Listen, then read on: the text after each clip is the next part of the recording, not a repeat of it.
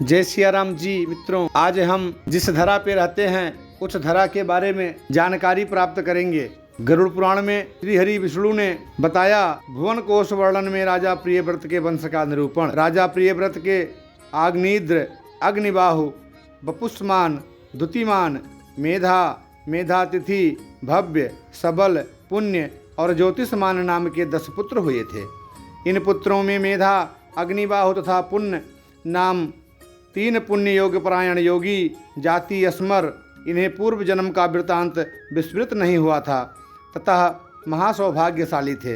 इन लोगों ने राज्य के प्रति अपनी कोई अभिरुचि प्रकट नहीं की, अतः राजा ने सप्तदीपा पृथ्वी को अपने अन्य 7 पुत्रों में विभक्त कर दिया। 50 करोड़ योजन में विस्तृत संपूर्ण पृथ्वी नदी की जलराशि में तैरती हुई नौका के समान चारों ओर अव्यवस्थित अथाह जल के ऊपर स्थित है। हे शिव, जम्बू, पलक्ष, सामल, कुश, क्रौच, शाक तथा पुष्कर नामक ये 7 द्वीप हैं जो 7 समुद्रों से घिरे हुए हैं। उन 7 समुद्रों के नाम लवण, इच्छु, सुरा, घृत, दधि, दुग्ध और जल के सागर के रूप में प्रसिद्ध हैं। हे वृषभध्वज, ये सभी द्वीप तथा समुद्र उक्त क्रम में एक दूसरे से दुगुण परिमाण में अवस्थित हैं। जम्बू द्वीप में मेरु नामक पर्वत है जो 1 लाख योजन के परिणाम में फैला हुआ है। इसकी ऊंचाई 84,000 योजन है। इसका अधोभाग पृथ्वी में 16,000 योजन धंसा हुआ है और शिखर देश 32,000 योजन विस्तृत है। इसका अधोभाग जो पृथ्वी के ऊपर सन्निहित है वह भी 16,000 योजन के विस्तार में कर्णिका के रूप में अवस्थित है। इसके दक्षिण में हिमालय, हेमकूट तथा निषद, उत्तर में नील, श्वेत और श्रृंगी नामक वर्ष पर्वत हैं। हे रुद्र, पलक्ष आदि द्वीपों के निवासी मरणादि से मुक्त हैं। उनमें युग या अवस्था के आधार पर कोई विषमता नहीं है। जम्बू द्वीप के राजा आग्निद्र के 9 पुत्र उत्पन्न हुए। उन सभी का नाम क्रमशः नाभि, किमपुरुष, हरिव्रस, इलाव्रत, रम्य, हिरण्य, कुरु, भद्राक्ष और केतुमाल था। राजा ने उन सभी पुत्रों को उनके नाम से ही अभिहित प्रसिद्ध एक भूखंड प्रदान किया।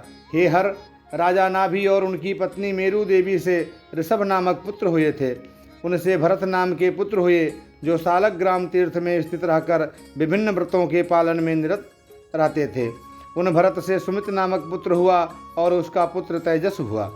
तेजस के इंद्रधुम्न से परमेष्ठी के प्रतिहार तथा प्रतिहार से प्रतिहर्ता नामक पुत्र कहे गए हैं।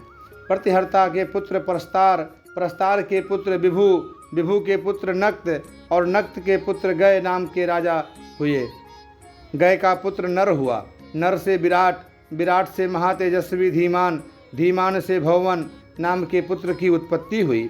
भवन के त्वष्टा के बिरजा के रज के सतजित तथा सतजित के विश्व ज्योति नामक पुत्र हुआ। भारतवर्ष का वर्णन। श्री हरि विष्णु ने कहा कि हे वृषभध्वज, जम्बू द्वीप के मध्य भाग में इलाव्रत नामक वर्ष है। उसके पूर्व में अद्भुत भद्राश्व वर्ष तथा उसके पूर्व दक्षिण अग्निकोण में हिरण्यवान नामक वर्ष है। मेरु के दक्षिण भाग में किमपुरुष वर्ष कहा गया है। उसके दक्षिण भाग में भारतवर्ष कहा गया है। मेरु के दक्षिण पश्चिम में हरिव्रस, पश्चिम में केतुमाल वर्ष, पश्चिमोत्तर में रम्यक और उत्तर में कुरु वर्ष स्थित है, जिनके भूभाग कल्प वृक्षों से आच्छादित हैं।